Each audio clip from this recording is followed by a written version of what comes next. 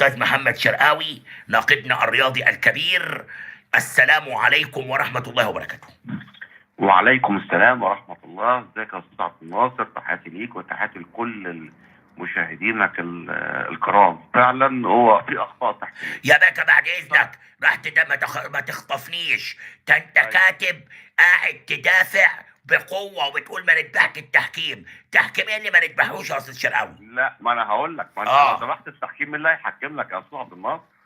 احنا عايزين ناخد الأمور واحدة واحدة، مش عايزين نجري ورا الانفعالات بتاعة وانا مثلا اقول لك على حاجة. انا يا باشا انت كزملكاوي، انت كزملكاوي مبسوط. انت من ساعه البيان ما طلع بتاع لنادي واحد ويخدم مصلحه نادي واحد والتحكيم راح في 60 داهيه. لا، انا بتكلم بموضوعيه، مش عشان انا زملكاوي احود عن الحق. لا، النهارده لو انا عايزك بس تسمعني، سيبك من حكايه زملكاوي. هسيب لك يا باشا الفرصه تتكلم. اتفضل يا باشا. اتفضل يا باشا. اتفضل. ما تاخدناش في دوكة الاهلي ماشي يا باشا. خلينا نقول جملتين حاضر. الناس تستفيد منهم. حاضر. دول الحكام اللي مكملين معانا لنهايه الموسم ولا لا؟ مكملين. يبقى احنا نذبحهم ونخلص عليهم ولا ناخد بايدهم؟ لان هم في محنه لغايه ما الكابتن هاني ابو ريده اللي هو رئيس اتحاد الكوره وعد انه هيتصرف وهيحل ازمه التحكيم، وكانت بدايه. وفعلا انا شايف ان في خطوات عمليه وخطوات ملموسه من اتحاد الكوره لحل الازمه اللي كل الانديه دلوقتي بتشتكي منها. الزمالك كان اشتكى من التحكيم، الاهلي بيشتكي من التحكيم، سموحه بيشتكي من التحكيم، الاسماعيلي، كل الناس بتشتكي من التحكيم لان دي بقت ظاهره. ماشي. وده كان ماشي يا باشا. يا باشا مأيدك. وده كان تفاصيل اجتماع رئيس الرابطه النايب احمد دياب مع رئيس الاتحاد المهندس هاني ابو ريده، وقالوا انه ال 18 نادي فاض بهم الكيل.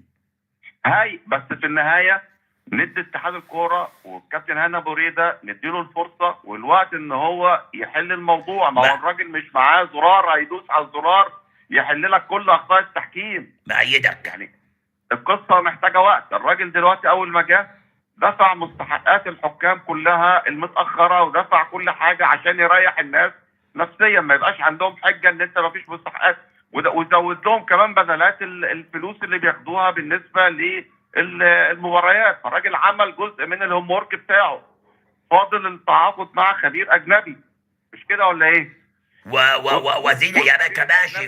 خطوات الاصلاح اللي بيعملها المهندس هاني ابو ريده انا بفرق بينها ما بين اخطاء الحكام. يعني انت النهارده بقى نتكلم على اخطاء التحكيم يعني خلي بالك، لسه اول امبارح طالع للحكام كل متاخراتهم. شابوه لهاني ابو ريده ونسقف له. الراجل قاعد مع رئيس لجنة الحكام في الاتحاد الدولي ومستضيفه في مصر السيد بوساكا ولا مش عارف اسمه ايه. وبعد كده الراجل هيقعد معاه تاني في الاتحاد الدولي 13 او 14 بعد حفل الاهلي، وهيعلن عن الخبير الاجنبي من 20 ل 25 فبراير. ولكن انا هنا بتكلم هاني ابو ريده الراجل ما يفعله شابوه وتعظيم سلام ولا احمله. وانا متوقع ان هاني ابو ريده، اقول لك على حاجه، هاني ابو ريده لما بيحط ايده في اي ملف الملف بينجح. مش عشان حاجه، احنا جربنا هاني ابو ريده مليون مره بملفات كتيره جدا، وهاني ابو ريده راجل ناجح وراجل اداري متميز وهيقدر يحل الموضوع ده. طب ايه الموضوع؟ يا باشا ماشي. ايه اللي احنا عايزينه من اتحاد الكوره لانقاذ ما تبقى؟ لان النهارده يوم اسود. يعني الله يكون في عون المهندس هاني ابو ريده بعد اليوم ده. برضه انا متحفظ على حكايه يوم اسود. ليه؟ تعالى بيراميدز النهارده حسب كلمات او تصريحات الكابتن احمد سامي المدير الفني لفريق سموحه بيقول ان كان في توجيه، يعني فيما معناه كده ان بيراميدز متجامل. اما بيراميدز من جولتين او ثلاثه في ماتشه مع النادي الاهلي تعرض لظلم تحكيمي. ما انا عارفك اقسم بالله عارفك هتطلع الطلعه دي، والله العظيم انا عارفك هتطلع الطلعه. طب هو تعرض لظلم تحكيمي في ماتش الاهلي ولا ما تعرضش لظلم تحكيمي؟ ما يا باشا، ما انا قلت بيراميدز الراجل لا يسأل عن اخطاء التحكيم. لا طلب حد يجامله ولا عايز مساعده حد. يبقى انا متحفظ على بعض التصريحات اللي قالها الكابتن احمد سامي بخصوص ان في توجيه لبيراميدز او ان بيراميدز في تعمد ان هم يدوا المباراه لبيراميدز. لو افترضنا ان في اخطاء، فهي اخطاء غير مقصوده. يعني مفيش توجيه في مباراه سموحه يا باشا ولا نستطيع نقول الكلمه دي الا ان تضرب في الزمن، ونحن نحترم كل الناس. طيب بالنسبه لكره بقى ضربه الجزاء اللي طالب بيها سموحه، انا بقول لك اهو من وجهه نظري لا مش ضربه جزاء. يا راجل حرام عليك، حرام عليك علي جبر فين؟ يا راجل، حرام عليك يا كابتن عبد الناصر، يا كابتن عبد الناصر، ايه ده علي جبر فين؟ جنب منه. يا راجل، جنب منه ايه وبتاع ايه بس؟ جنب منه. لا حول ولا قوة حكم إلا هيقول لك بالله. مش ضربه جزاء. طب هات حكم بعد ما تخلص معايا هيقول لك مش ضربه جزاء. يا باشا كل الناس اللي سألتهم قالوا ركلة جزاء. يا باشا ايده جنب منه، ايده ايده مش بعيده عن جسمه. ايده مش بعيده عن جسمه، فدي تحتمل التأويل تتحسب او ما للحارس تتحسبش. الكبير المخضرم. ولكن في مباراة الزمالك في طرد، حالة طردين للزمالك على افضل فكرة، التاريخ طرد واحد. اللاعب انا الماضي. الزملكاوي بقول لك اهو يا جماعة، اهو قدامكم اهي الاستاذ شراوي بيقول لك دي مش ركلة جزاء، قدامكم اهي اهي. يا باشا اهي قدامك اهي اهي. يا باشا قدامك اهي. حرام عليك، ايده مش ممتازة. حرام عليك، رايحين نصلي الفجر.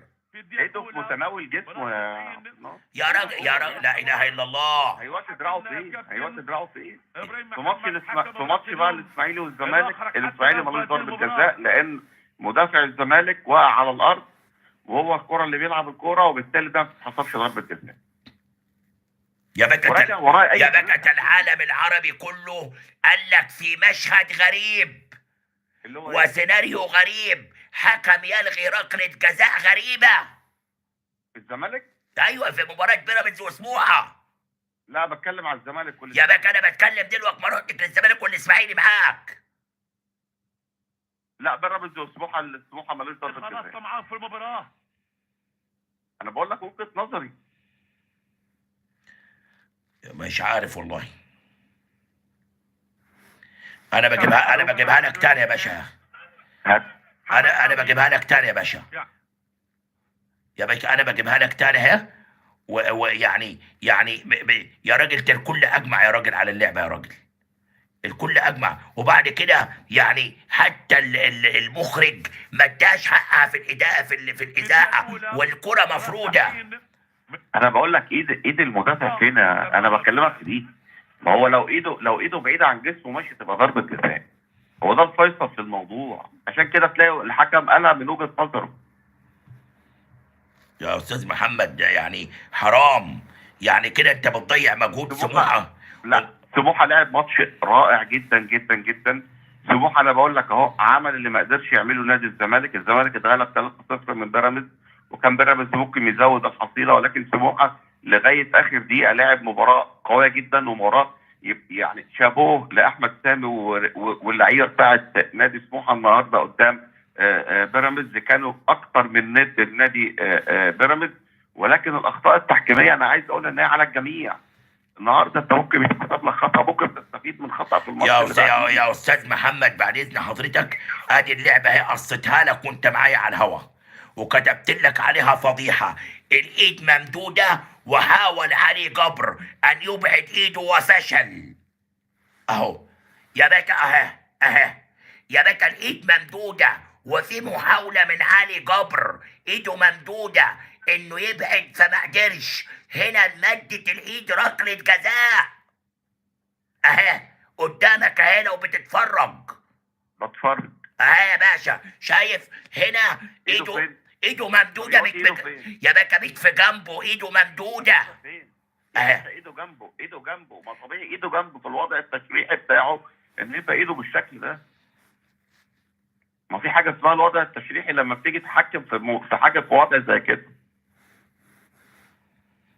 طيب اللعبه بتاعت الزمالك حضرتك من وجهه نظرك ما فيهاش حاجه ولا كارت احمر ولا لعبه الزمالك طرد. الزمالك المفروض عليه طردين، مش كارت احمر واحد بس. لعبتين بالشكل ده. الكره كمان بتاعت احمد حسن اللي خرج فيها دي كانت تستحق كارت احمر. وهل انت تصدق ان يا استاذ محمد كرة زي كده ما تتحسبش؟ دي ما تتحسبش. دي كانت قصه الفار، كان لازم يستدعي الحكم لان فيها ايذاء. وفعلا بص يا استاذ شرقاوي، شايف رجل لاعب الزمالك ده؟ مين لاعب الزمالك ده؟ لاعب الزمالك مين يا جماعه؟ حد يفتكر؟ بصوا، انا عايزكم تبصوا على رجل لاعب الاسماعيلي يا جماعه، لولا ربنا ستر كانت دي هتبقى كسر في العظم. على فكره هو خد فيها، لاعب الزمالك خد فيها كارت اصفر، وانا كنت متوقع انه ياخد فيها كارت احمر. كان لازم الفار يجيبه. بالظبط، حتى المعلق نفسه قال هو كارت اصفر مؤقتا كارت اصفر، لان المعلق نفسه المباراه كان متوقع كان لازم فعلا كارت احمر. وفي بالمناسبه الكره بتاعت احمد حسن اللي خرج فيها كان برضو المفروض لاعب الزمالك ياخد فيها كارت احمر. انا بكلمك بامانه، يعني بامانه ربنا، حسب ما احنا شايفين الاحداث اللي هي التحكيميه. ولكن الاسماعيلي ضربه الجزاء مش صحيحه، ما ينفعش تتحسب. عدم احتساب ضربه جزاء ضد الزمالك قدام الاسماعيلي صح.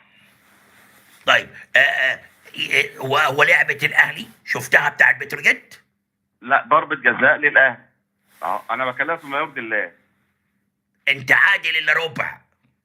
لا يا عم. بس ربع كويس. احسن من الا نص. انا اؤيد انا يا باشا اؤيدك بقوه في حاجتين عشان احنا ما بنضللش الناس. بيراميدز ليس له علاقه بما حدث في مباراه سموحه، ولا يطلب بيراميدز مساعده احد. بيراميدز نادي كبير ونادي محترم، واي حد بيقول ان بيراميدز بيتجامل ارجع، بيراميدز الظلم كتير. دي نمرة واحد. نمرة اتنين، هنا بريدة لا يسأل عن هذه الكوارث، لأن الراجل بيصلح ما أفسده الزمن. وبعدين هنا بريدة لسه جاي من شهور قليلة. لا ولسه احنا شايفين صوره، احنا لسه شايفين صوره أول امبارح مع رئيس لجنة الحكام في الاتحاد الدولي. والنهارده كان جايب ارسن فينجر الخبير الكبير والمدرب الكبير، وان هو يجي مصر وفي زياره لمصر. ده تشريف للكره المصريه على فكره، وحاجه جميله جدا للكره المصريه ان يجي خبراء بالشكل ده ونجوم كبار بالشكل ده بيجوا من خلال هنا بريده. وهنا بريده انا متاكد ان هو هياخد خطوات فعليه وعمليه قويه جدا بالنسبه لاصلاح الاخطاء التحكيميه. احنا عندنا اخطاء بس مش كوارث، مش بدرجه ان احنا نهد المعبد فوق الجميع ونقول ان لا ده في ونلمح تلميحات معينه. انا ضد الكلام دوت، ان انت تقول ابن فلان وابن علان، وان فلان مش وتوجيهات تحكيميه ومش توجيهات تحكيميه ومش عارف ايه وكل. لا، ما ينفعش يا عبد الناصر ان احنا نهد المعبد فوق منظومه التحكيم، لان هم دول الحكام غصب عننا، هم دول اللي هيحكمونا وفي غيرهم. ما هو لو كل نادي دلوقتي اعترض على الحكم ملاني، ما انت مش هتلاقي حكام يحكموا لك الماتشات. انا عايز نصبر. سموحه عمل ماتش رائع جدا جدا جدا، وانا معجب جدا وشايف ان سموحه لو كان بيلعب بالمستوى ده من بدايه الموسم كان زمانه من الاربعه الاوائل. من ورا قلبك لعب مباراه عمره قدام من ورا قلبك. ومن حق المدرب احمد سامي ان هو يبقى فعلا منفعل ان المباراه في الدقيقه 7 من الوقت بدل الضايع اتحسب عليه الهدف وجابوا الجون بتاع الفوز. حق ان هو ينفعل، ولكن عايزين نضبط انفعالاتنا شويه بالنسبه للمسؤولين في الانديه. طيب. عايزين الامور يعني ايه تاخد يعني اطارها الطبيعي بالنسبه للمسار، ان احنا في كره قدم وان احنا ايوه المعبد على الجميع. طيب خليني يا جماعه اختم الفقره دي مع الاستاذ شرقاوي قبل ما اروح لحاجه تاني مهمه. سموحه رسميا بيبحث الانسحاب من الدوري. سموحه ليه مطلبين مهمين، ولكن علمت من مصادري الخاصه وده انفراد ليا ان سموحه ان لم ينفذ ما جاء في بيانه يبحث الانسحاب من الدوري. ويمكن انا كنت بحاول اكلم المسؤولين في سموحه، ولكن الناس غضبانين جدا ورافضين التعليق واكتفوا بالبيان. السيد الفاضل المهندس هنا بريدة رئيس الاتحاد المصري لكرة القدم، السيد الأستاذ أحمد دياب رئيس رابطة الأندية المحترفة، تحية طيبة. وبعد نهدي لسيادتكم أسمى التحيات متمنين لسيادتكم تمام التوفيق والسداد. يعرب نادي سموحة عن إحباطه. أنا قلت لك كنت أخوف ما أتخوف منه حالة الإحباط واليأس. سموحة عبر عن كده، والنائب عمر الغنيمي نائب رئيس نادي سموحة عبر عن إحباطه وغضبه لأعضاء النادي، لأني لم أتواصل مع عمر الغنيمي وبذلت جهد كبير، متضايق ومحبط، لكن المقربين لي قالوا لي إنه حزين جدا وإنه لن يتنازل هو وزملائه في المجلس عن حق نادي سموحة، وإنه هو والمجموعة اللي معاه حق نادي سموحة في أي مجال خط أحمر، وإن في حالة إحباط، وإنه تواصل مع الجميع في اتحاد الكرة، المهندس هنا بريدة، مصطفى أبو زهرة اللي هو ممثل الإسكندرية وبقري في المجلس، وكان هناك حوار طويل، وأنا بقول لك كده سبق حوار طويل، وكان عمر الغنيمي غاضب جدا ونقل غضب جماهير وأعضاء نادي سموحة من هذا الظلم الذي وقع على ناديه. والراجل قال لك البيان يعني معبر عنه، وقفل موبايلاته وكان موجود لساعة متأخرة مع أصدقائه ومع الناس ومع النادي، وتليفونات ويمين وشمال، وفي حالة غضب شديدة في سموحة عن إحباطه الشديد. نادي سموحة محبط مما آلت إليه أوضاع التحكيم المصري خلال مباراة فريقه مع بيراميدز بملعب الجيش ببرج العرب في الأسبوع الثاني عشر، وإننا نشعر بخيبة أمل كبيرة. فما حدث خلال اللقاء من أخطاء فجة يرتكبها الحكام دون خوف ولا خشية من محاسبة. ونشير هنا إلى ما حدث من طاقم تحكيم المباراة بقيادة إبراهيم محمد حكم الساحة، ومعه حكم تقنية الفار حسام عزب حجاج، من أخطاء فاقت كل الحدود وتخطت مرحلة النوايا الحسنة، ويظهر ذلك أمام كل محايد. فقد وجه طاقم التحكيم نتيجة المباراة بقراراته الغريبة، حيث تغاضى عن احتساب ركلة جزاء صحيحة لصالح نادي سموحة عندما اصطدمت الكرة بيد لاعب بيراميدز علي جبر داخل منطقة الجزاء، وسط تغافل متعمد من حكم الساحة وحكم تقنية الفار. وبعدها وفي الدقيقة 7 من الوقت بدل الضائع من الشوط الثاني، بالرغم من احتساب الحكم ل5 دقائق، ودي مصيبة تانية، وقت بدل ضائع، احتسب الحكم هدف لنادي بيراميدز من تسلل واضح، وأشار له بالتسلل الحكم المساعد. وبرغم ذلك وبعد التحدث مع حكم الفار احتسب الهدف لبيراميدز. وهنا بنستدعي أحمد سامي وكأني القلم فلوماستر. أنا احترت والله، معارف البيرو ده بيتعامل بالإيد ولا بالرجل ولا بالكنكة ولا بالبتاع. فالحكم عاقب نادي سموحة مرتين، مرة بعدم احتساب ركلة جزاء صحيحة، ومرة أخرى باحتساب هدف من تسلل لصالح فريق بيراميدز. وتسبب هذا القرار في هزيمة الفريق وحرمانه من 3 نقاط، وكمان إن لم يكن ال3 فحرموا حتى من النقطة، حيث كان فريقي ندا وقدم مباراة أشاد بها الجميع. إن الحكمين المذكورين ارتكبا الكثير من الأخطاء الفادحة رغم وضوح الكرات، ولم يكتفي الحكم بذلك، بل استخدم السلطة المفرطة ضد نادينا وتوزيع البطاقات الحمراء ضد الجهاز الفني على مسمع ومرأى ظلما وبهتانا، وقام بطرد المدير الفني والمدرب، وذلك عكس ما فعله جهاز الفريق المنافس عندما احتجوا على قراراته وكأنه كان أمر مقصود. ويبدو أن لجنة الحكام مصرة على تصدير صورة سيئة للكرة المصرية والتحكيم المصري الذي بدأ توجيه المباريات عن طريق أخطاء متكررة وفادحة غير مقبولة تهدد نزاهة المسابقة. ورغم تقديم العديد من الوعود بإقامة مسابقة عادلة والوقوف على مسافة واحدة من جميع الأندية، إلا أن الواقع يؤكد أن الأمور تسير إلى الأسوأ. وعليه يطلب نادي سموحة بإقالة لجنة الحكام وسرعة إيجاد حلول لمشكلة التحكيم ومحاسبة الحكام المخطئين وإبعادهم عن المباريات وسماع التسجيل الصوتي الذي دار بين حكم الساحة وحكم تقنية الفار أثناء عدم احتساب ركلة الجزاء والتسلل الذي احتسب منه هدف بيراميدز. وتفضلوا بسيادتكم بقبول فائق الاحترام، وطبعا التوقيع من اللواء أحمد سعد المدير التنفيذي. وفي أول رد فعل من نائب رئيس النادي عمر الغنيمي بقول لكم غضب شديد، وقال لك كل الحلول مطروحة إن لم يكن هناك حساب، كله مطروح حتى الانسحاب من الدوري. أنا بحيي طبعا الدكتور عمر الغنيمي وبحيي مجلسه وبحيي أعضاء سموحة، ولا يضيع حق وراه مطالب، حتى وإن كان كعمر كرجل دولة وراجل محترم هو والمجلس كله والمهندس فرج عامر والناس، ويعني ممكن يتفهموا ان الانسحاب خطر، ولكن كثرة الظلم تولد الانفجار. انا بحيي نادي سموحه على هذا الموقف، واؤكد ان بيراميدز ليس له علاقه لا بالبيان ولا اي حد بيقول في الاعلام، بالعكس مبروك لبيراميدز ويستحقوا الثلاثه نقاط.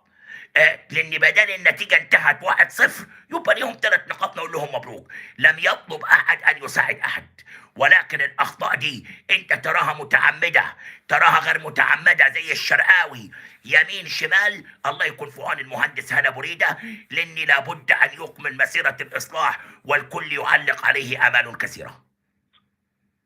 اخذكم يعني عبد الناصر لو تعليق. لو تسمح اتفضل. تسمح لي بس بتعقيب اخير قبل ما اختم معاك.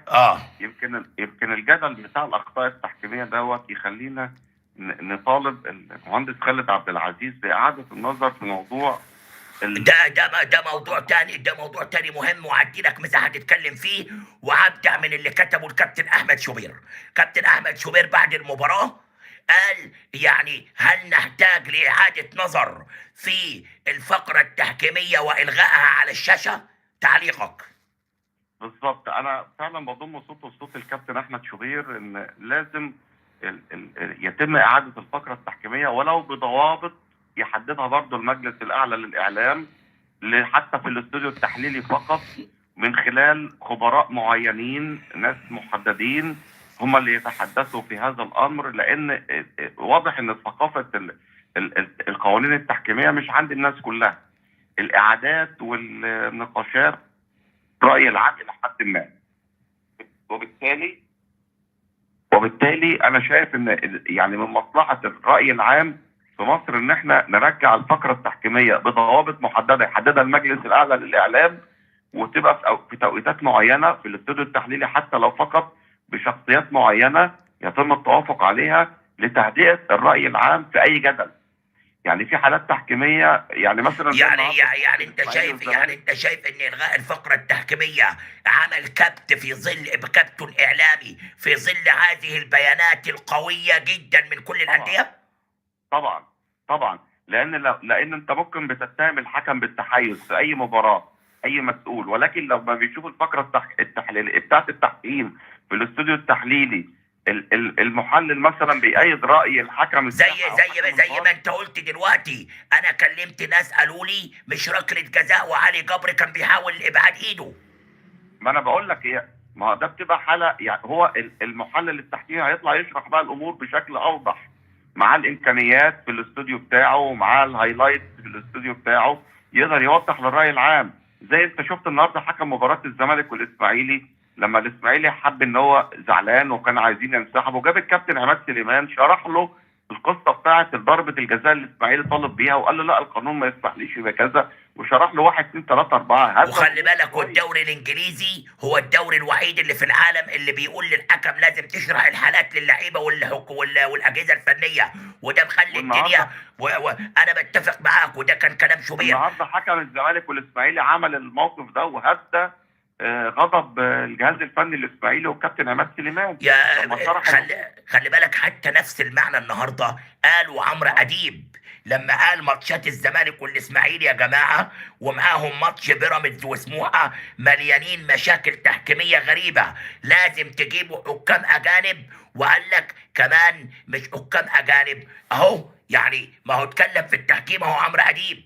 يعني أيوة. يعني عمرو اديب اهو قال لك يعني تمنع وتمنع. طب ليه اتمنعت ناس وبتتكلم ناس؟ يعني عمرو اديب النهارده اتكلم كلام يعني اقوى من الفقره التحكيميه، وقال لك اهو، قال يا جماعه ماتش الزمالك والاسماعيلي مليان اخطاء تحكيميه، وماتش سموحه او بيراميدز مليان اخطاء تحكيميه. هاتوا حكام اجانب بقى ما دام احنا فاشلين وما عندناش حكام. اقسم بالله الكلمتين دول اقوى بكثير من اي فقره تحكيميه.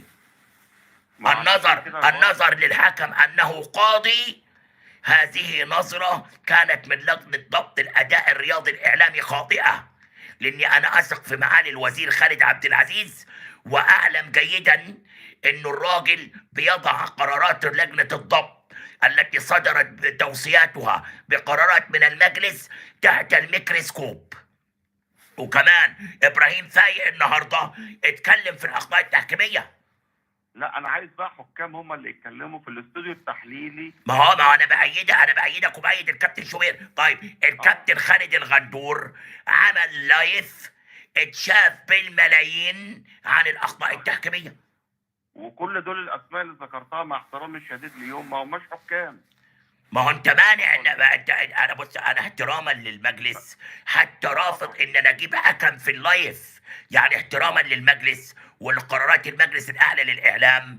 انا رافض ان انا اجيب، يعني انا ممكن اجيب اي حكم دلوقتي يتكلم معايا في الحالات، ولكن انا بحترم قرارات المجلس واقدرها. وحتى لما بختلف بنحترم قرارات المجلس ايوه، لكن في ناس يا باشا الكابتن خالد الغندور عمل فقره على السوشيال، رضا عبد العال عمل فقره على السوشيال، كمان بيانات الانديه واخرهم سموحه امر وادل من الفقره التحكيميه يا جماعه. لان فيها كلمات صعبه جدا جدا جدا في البيان بتاع سموحه. طبعا مع يعني تحفظي وانا شخصيا انا بحيي اداره سموحه انها بتدافع عن حقوق الفريق بتاعها، وده واجبها فعلا اتجاه اعضاء النادي وجماهير نادي سموحه. ولكن بعض الكلمات كانت فيها قسوه شويه وفيها اتهامات انا متحفظ عليها. إذا يا جماعة أنا بضم صوتي للكابتن أحمد شوبير وبضم صوتي لصوت الأستاذ محمد الشرقاوي. نعيد النظر، وإذا كان هناك تصويب لقرار فمعالي الوزير خالد عبد العزيز رجل محترم ورجل يعني دائما وأبدا تعلمنا منه حرية الرأي، وفي نفس الوقت واحنا نعرفه من سنين واشتغلنا معاه دائما وابدا يقيم الامور وهو ادرى. يعني انا شايف ان لجنه ضبط الاداء الرياضي الاعلامي اتخذت قرارات منع بيها حاجات، ولكن سلبياتها حتى الان اكثر من ايجابياتها. اتمنى الا يؤخذ كلامي بمحض حد يزعل مني، ولكن يمكن العنوان العريض اللي قاله شوبير هل نحتاج إلى إعادة نظر؟ أتمنى أن نعيد التقييم، وإن كنا نحتاج إلى إعادة نظر فلنعيد النظر في ذلك مع كامل الاحترام للمجلس وقراراته، لأني مش عايز أتكلم في الموضوع ده كتير عشان في ناس بتحرف كلامي. كل الاحترام والتقدير لمعالي الوزير خالد عبد العزيز والمجلس الأعلى للإعلام، وأنا شخصيا ما بتكلمش حتى في اللايفات على اي حاجة ولا بجيب حد تقديرا للقرارات، ولكن بقرا بيانات الاندية وبعقب عليها واتكلم فيها. شكرا جزيلا استاذ محمد الشرقاوي، هذه المداخلة المهمة.